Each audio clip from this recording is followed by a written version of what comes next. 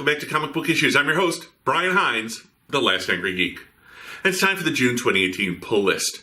First up, it's Brian Michael Bendis' introduction to the DC Universe. Now, he's going to be taking over Superman, so his introduction to that character is going to be a 6-issue weekly series called The Man of Steel. We're going to start with issue 1. Now, first off, I think this does a very good job of setting up the ongoing story for his Superman run, whereas his introductory story in the DC Nation Free Comic Book Day issue was not great. That was all mystery and no payoff. Here we start getting things paid off right away. And not only that, it does a good job of setting up the mysteries and making me want to read more. I didn't think Bendis would be good at Superman. He's not really great at superheroes, at least not at Marvel. He's great at, like, the street-level heroes, the vigilantes, those who are much closer to normal people, but then, again, who's not closer to a normal person than Clark Kent. Now, this first issue spends a lot of time setting up the villain, Rokal Zar. It gives him this connection to the backstory of the DC Universe and all these kind of DC icons who kind of run the universe behind the scenes. It also gives him this connection and hatred for Krypton that's going to play off throughout the series. What's really nice here is that Bendis writes Superman is very good-natured. He's back, red tights and all, and he's just a very nice guy. He quips with his villains, he quips with the normal people, but there's this kind of sadness in Clark Kent. Superman's fine. Clark Kent is the one who's suffering because there's no real explanation for where Lois and their son John is. That's going to be explained throughout this series, but in the first issue we just start to get a hint of something happened in their past. Bendis basically sets up 3 mysteries: the connection of Rokal Zar to Krypton's destruction, what happened to Lois and John, and finally, who's setting these fires around Metropolis. I didn't think I'd like his Superman, but I really do. I'm really intrigued by where it's going. I want to know what happened to Clark's family. I want to know what Rokal Zar's connection to the destruction of Krypton is, and I want to read further issues. My recommendation? Skip it. Because by the time this comes out, issue 5 will be out and there's only 1 issue left. Wait for the trade paperback to come out. Just start fresh on Superman. But by all means, do read this when you have a chance, when there's a sale on a Comixology, or when you get the trade paperback. But don't start with issue 5 today. Start with issue 1, but obviously that's going to require going back and rereading everything. But it's a good series, and I think it sets up Superman, and that's a book I'm going to want to read. For week 2, we have a book that has another tie-in to the Marvel Cinematic Universe. It's Ant-Man and the Wasp #1. Except this is not Scott Lang and Hank Pym's daughter. This is Scott Lang and Hank Pym's daughter. Let me explain.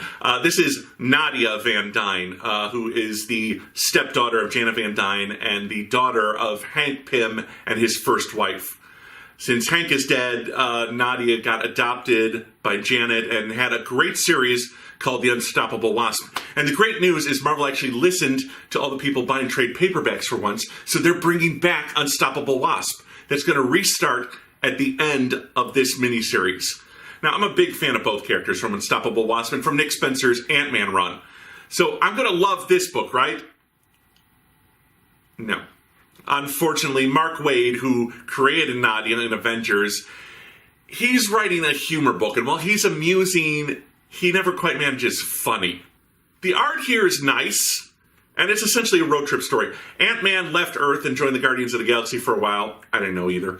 And now he's on his way back. He wants to reunite with his daughter, so he asks Nadia to teleport him across space and time with their super technology. Who knew shrinking technology could do that?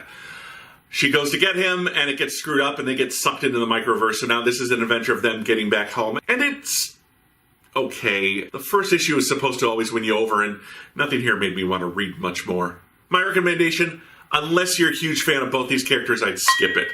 Hey, just read Unstoppable Wasp when that starts up again. But I'm recommending all the books that follow the books I'm reading today, aren't I?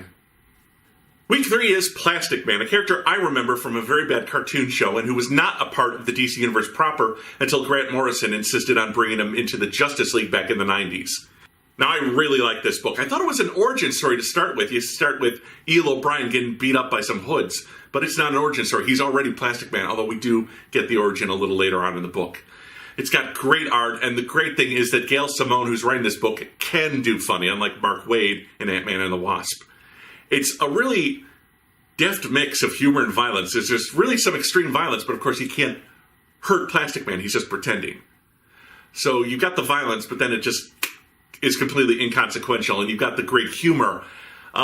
There's a mention of the Justice League at the end that I'm not sure needs to be in there. I'd rather this series was self-contained and they kept the larger DC universe out of it, but I'll give Gail the benefit of the doubt and see where they go from here. This is actually her second time writing a shapeshifter, as she did Ralph Dibny in the DCNU Secret Six, which was a mixed bag at best. Let's see where this mystery takes him. I'm intrigued. I'm very impressed by this first issue. I'm very glad that Plastic Man is not a one-note wonder in this book. He feels self-loathing, he feels curiosity, he feels pride. It's not all just jokes, because Plastic Man is kind of a very humorous character. Sure, that's a part of it, but Gale fleshes him out and gives him more emotion. It's not just like rapid one-liners. That would have gotten really old really fast. This is probably the best issue on this month's pull list. My recommendation, buy it and then keep getting it because it's a 6-issue miniseries, so it's a limited investment, but I do think you're going to enjoy it if you get it because this first issue was very impressive. Finally, for week 4, it's Justice League number 2. Now, I was really into the Justice League No Surrender miniseries that followed Batman Metal and set up this series. Metal was, I hadn't read, but No Surrender did a great job of explaining that and then setting up what all these teams were doing in No Surrender. Now, Justice League is following on that. Let's go back a minute and talk about issue 1. The first issue by Scott Snyder and Jim Chung was okay. It sets up this new Justice League. It sets up the new league doing their thing, but it's a little confusing, and by issue 2 it's getting really confusing. There's a lot of goals and guest stars from the other DC books like Justice League Dark. They've got to find this thing called the totality, and they don't make it clear what the totality is. From my understanding, Lex Luthor and the Justice League have found out that there are all these hidden forces in the DC universe, and they're trying to harness them to repair the damage done to the Source Wall and Metal, or not. I'm not really sure. And there's a new artist. Jim Chung only did the first issue, although he will be back, and the art does not hold up to the first issue. The most fun we have in this issue is following Lex Luthor around in the flashback when he tries to take out some old veterans just to get even with his dad and sets up his new Injustice League. The other point of view character is John Jones, who's now running the Justice League, and he's written as either very dull or too intellectual. We never really get a feel for what he wants, whereas with Lex Luthor, it's very obvious he wants power. I really had a hard time following this book. I'm not really sure what the Justice League wanted. I'm not really sure what they were trying to accomplish. They're trying to save the world or repair the damage they did, what all these new sources are for, why some people are lying, why some people are telling the truth, why the Injustice League is coming together, who that baby is. I think it's the turtle, but it might not be. I mean, it's just, Scott Snyder was packing a lot. The first issue was kind of just a straight-up adventure story with the League in action. The second issue is a lot more of setup for what they're doing, but it's just really confusing. No Surrender explained Metal to my satisfaction and then explained their current storyline. The current Justice League failed to follow in that tradition. It's failing to explain what happened in No Surrender and what it's doing now in Justice League.